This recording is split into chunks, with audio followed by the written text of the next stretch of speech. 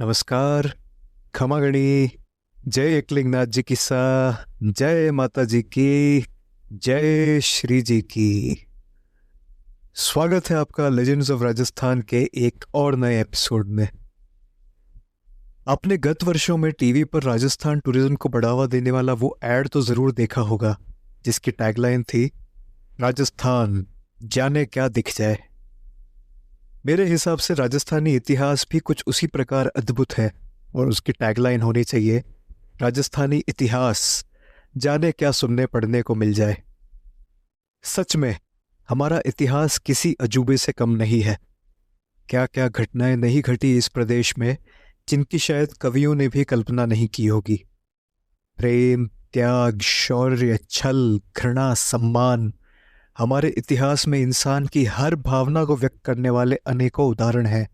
इन कहानियों से हर उम्र का इंसान कुछ न कुछ सीख जरूर ले सकता है। आज के इस एपिसोड में हम मानवीय चरित्र के सर्वोत्तम गुणों में से एक, निस्वार्थता की बात करेंगे।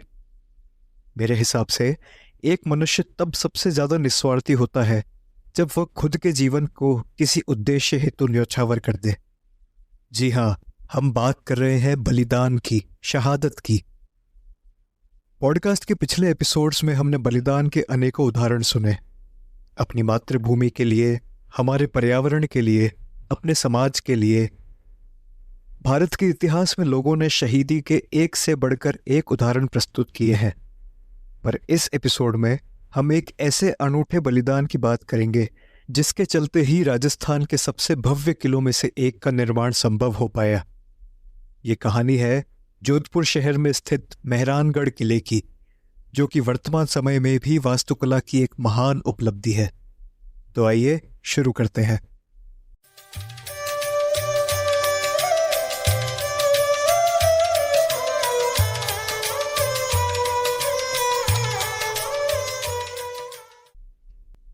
मेहरानगढ़ शब्द दो शब्दों के मेल से बना है। पहला मिहिर, जो कि सूर्य का पर्यायवाची है, और दूसरा गढ़। इसी वजह से इसे सूर्य का गढ़ भी कहा जाता है। इस भव्य एवं विशाल किले की स्थापना सन 1459 ईस्वी में मंडोर के राव जोधा राठौड़ द्वारा करवाई गई थी, और इन्हीं के नाम पर जोधपुर शहर का नामकरण भी हुआ। जी हाँ, ये वही राव जोधा है जिन्होंने मेवाड़ के महाराणा कुंभा के साथ सन 1453 ईस्वी में सुप्रसिद्ध आवड़ बावड़ की संधि की थी। राठौड़ सूर्यवंशी राजपूत है और अपनी उत्पत्ति को सूर्यदेव से होना बताते हैं, जो कि शायद उन कारणों में से एक हो सकता है जिससे इस गढ़ का नाम मेहरानगढ़ पड़ा हो। विश्व प्रसिद्ध उपन्यास द जंगल बुक के रचयिता श्री रुडयार्ड कीपलिंग ने भी काफी समय इस किले में गुजारा, जिसके पश्चात उन्होंने मेहरानगढ़ को लेकर कहा कि यह किला आम मनुष्यों का काम नहीं हो सकता। इसे जरूर परियों, फरिश्तों एवं दैत्यों ने बनाया होगा। यह असाधारण व्यक्तित्वों द्वारा बनाया गया है और सुबह के सूरज द्वारा रंगा गया है। पर क्यों मंडोर के राव जोधा को एक नई राजधानी बनाने की जरूरत लगी? आइए इस पर थोड़ी रोशनी डालते हैं। जोधा के पिता राव रणमल की मृत्यु के बाद महाराणा कुंभा ने मंडोर पर आधिपत्य कर लिया था। इसके कुछ वर्षों बाद जोधा ने मंडोर वापस जीता भी, पर किन्हीं कारणों के चलते वापस भी गंवा दिया। 15 वर्ष के कठिन संघर्ष के बाद ही जोधा को वापस मंडोर प्राप्त हुआ था, जब उन्होंने महाराणा कुंभा के साथ संधि की।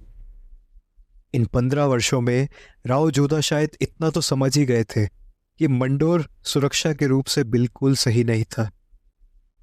वे चाहते थे कि किसी ऊंची पहाड़ी पर एक गढ़ का निर्माण किया जाए, जिससे वे आक्रामकताओं से सुरक्षित रह सकें। ख्यातों में लिखा है कि पहले राव जोधा का विचार मसूरिया नामक पहाड़ी पर किले का निर्माण करवाने का था, पर वहां जल की कमी होने के कारण उन्हें इस योजना को रोकना पड़ा। मसूरिया पहाड़ी पर ही रहने वाले एक फकीर ने जोधा को पचेटिया या चिड़िया टूंक नामक पहाड़ी पर किले का निर्माण करवाने की सलाह दी। जोधा को फकीर की यह सलाह बहुत पसंद आई और उन्होंने चिड़िया टूंक पर ही किले का निर्माण करवाने की तैयारियां शुरू की। पर कहानी यहां खत्म नहीं हुई। दरअसल उस पहाड़ी पर चिड़ियानाथ जी नामक एक योगी रहा करते थे। राव जोधा ने सैनिकों को भेज योगी महाराज को उस पहाड़ी से हटने के लिए कहा, पर चिड़ियानाथ जी इस बात से गुस्सा गए। और आपको तो पता ही है, जब कोई ऋषि मुनि गुस्सा हो जाते थे तो वो क्या किया करते थे? वे श्राप दिया करते थे। चिड़ियानाथ जी ने भी राव जोधा को श्राप दे दिया।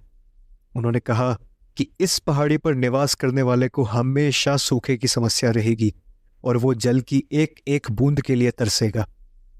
इतना कहकर चिड़ियानाथ जी पलासणी नामक गांव चले गए।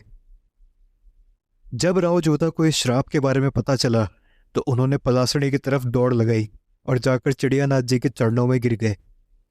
उन्होंने योगी महाराज से श्राप वापस ले लेने की खूब मिन्नतें की, पर श्राप तो दिया जा चुका था और उसके वापस होने का तो कोई सवाल ही नहीं उठता। पर जोधा की विनम्रता देख चिड़ियानाथ जी का दिल पिघल गया और उन्होंने श्राप से बचने हेतु एक युक्ति सुझाई। उन्होंने कहा कि अगर श्राप के असर को खत्म करना है तो किसी मनुष्य को स्वेच्छा से किले की दीवार के नीचे दफन होना पड़ेगा। आसमान से गिरे खजूर में अटके। राव जोधा का दिमाग फिर चकरा गया। किसे पता था कि किले का निर्माण करवाने के लिए इतनी मुसीबतें झेलनी पड़ेगी। अब स्वेच्छा से कौन किले के लिए अपने प्राण न्यौछावर करेगा? कर्म करो, फल की चिंता ना करो। भगवान श्री कृष्ण के अर्जुन को कही शायद इन्हीं सुनहरी पंक्तियों को सोच राव जोधा ने भी आम जनता के बीच इस चीज का ऐलान करवा दिया। कई दिन बीत गए। राव जोधा की भी उम्मीद मानो खत्म सी ही थी, पर अंत में मेहरानगढ़ को अपना उद्धारक मिल ही गया। राजा राम मेघवाल या फिर राजिया नामक एक व्यक्ति ने राव जोधा के इस उद्यम को सफल बनाने का जिम्मा उठाया। शायद जोधा की खुशी का उस दिन ठिकाना न रहा होगा। आखिरकार 12 मई 1459 ईस्वी को पूजनीय करणी माता जी द्वारा मेहरानगढ़ की आधारशिला रखी गई और राजा राम मेघवाल ने जीवित दफन होकर शहादत का एक अनूठा उदाहरण प्रस्तुत किया। उनके इस महान बलिदान को श्रद्धांजलि देने हेतु उन्हें अमर शहीद की उपाधि से सम्मानित किया गया और गढ़ की दीवार में उसी स्थल पर बलुआ पत्थर से एक स्मारक भी बनवाया गया। यह पत्थर, जिस पर उनका नाम, दफन होने की तारीख एवं अन्य प्रासंगिक विवरण अंकित है, आज भी किले में पर्यटकों को इस महत्वपूर्ण घटना के बारे में जानकारी देता है। अगर आपने आज तक इस भव्य किले के दर्शन नहीं किए हैं तो मैं आपसे आग्रह करूंगा कि एक बार जरूर जोधपुर पधारें और मेहरानगढ़ के रूप में मनुष्य की शक्ति का अनुभव करें। मुझे भरोसा है कि इस महान किले को देख आपका सीना गर्व से चौड़ा हो जाएगा और आपको अपने जीवन में नई ऊंचाई छूने की प्रेरणा भी मिलेगी। इस एपिसोड में बस इतना ही। अगर आपको यह एपिसोड पसंद आया हो तो इसे शेयर कर अपने परिवारजन और मित्रों को भी सुनाएं। यह पॉडकास्ट स्पॉटिफाई एवं यूट्यूब पर भी उपलब्ध है, जिसका लिंक डिस्क्रिप्शन में दिया गया है। अगले एपिसोड में फिर एक रोचक किस्से के साथ हाजिर रहूंगा। तब तक के लिए धन्यवाद।